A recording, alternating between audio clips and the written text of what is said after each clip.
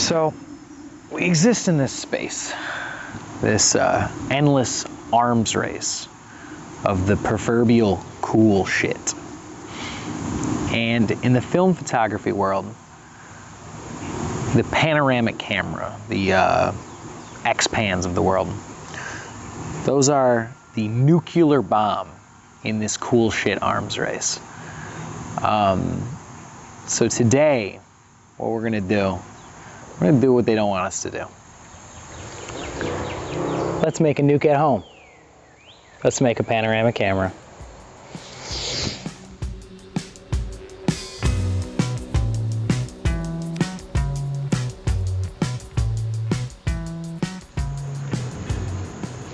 So, I don't know how to build a panoramic camera. So I'm gonna take an already built panoramic camera, the Holga 120 pan. I'm gonna replace the lens with a Schneider Super Angulon 90mm via a bellows. Now, all that kind of sounds like nuclear science, but here's the process. I started with chopping off the old lens. It was a little rough, so I ended up sanding it down. When you sand it down, then you're gonna want to paint it. So I painted it, hated it. So I painted it again. I hated it again. So I ended up hand painting it with little birds. So after I painted the camera, the next step is attaching the bellows. The problem is, bellows is a lot taller than the camera. To make the camera taller, we scanned the camera, floundered around an Autodesk, and 3D printed out a brick just to give it a little bit more height. Then I glued the whole fucking thing together. Body to brick, body to bellows, bellows to lens. Now, just gotta test it out. So, I bought a ground glass to test the focusing on the bellows. With the ground glass, you can see for the first time what your camera sees.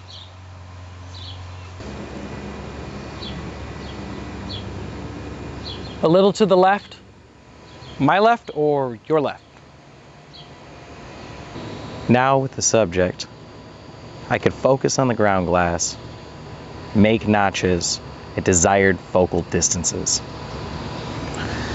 And voila, a Holga 120 pan with a Schneider 90mm lens. We did it. Well, let's go test a few photos first.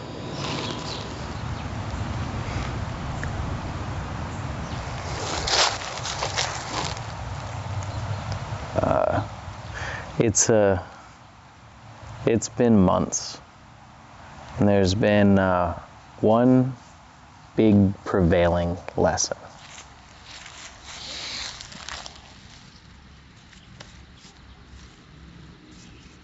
Light fucks shit up.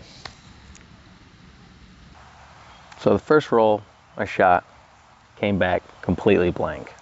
So I figured I should probably try and light seal the camera a little bit better, especially between the lens and the body. So then I shot my second roll, which came back with one usable photo of my now barren Astilbe. The photo shows the close-up capabilities of this Schneider lens. However, the photo is riddled with light leaks. The rest of the roll came back fucking blank. So I went back to light sealing, and surely now the problem is fixed. So I took the camera out for a trip.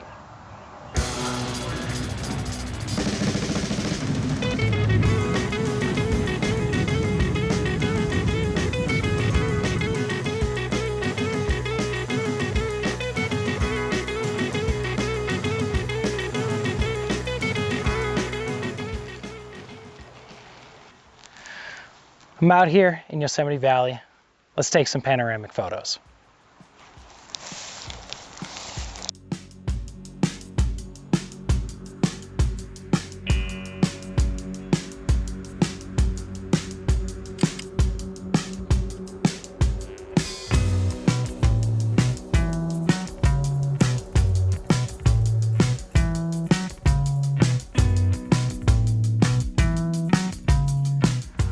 Now, when reviewing these Yosemite photos, one of the things to truly nail down is viewfinding. When you have the ground glass on the camera, you can see what it sees. However, you need to create a system to viewfind when the back is closed. And as you can see by some of these photos in Yosemite, my viewfinding system wasn't perfect. And this is something I'm gonna need to perfect along the way, preferably sooner than later, because a lot of good photos were ruined by poor viewfinding. Now the question is, did I solve the light leak issue? And the answer is no. No, not even a little bit. There is light leaks that dominate photos, light leaks that ruin photos, and there's just completely blank photos. So light leaks are definitely still an issue that will need to be solved later on. There were, however, some good Yosemite photos, and those are these photos here.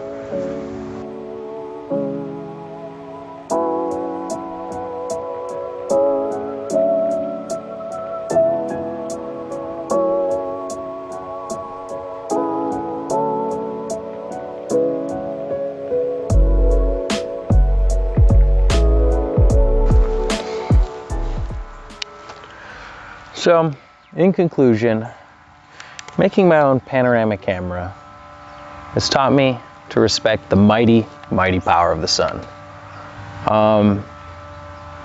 This camera's also pretty cumbersome, pretty janky. It's not fully functional, but you know, it's cheaper than a lot of other panoramic cameras. I think it's got some character. And in general, I just think it's pretty neat.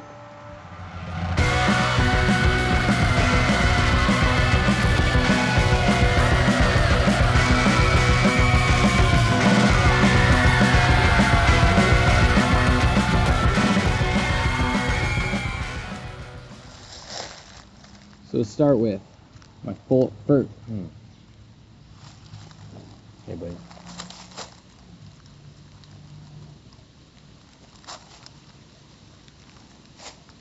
What do you want? What do you want? You want to interrupt my shoot? You want to interrupt my shoot? Oh, he's a bully. You could die. You could die.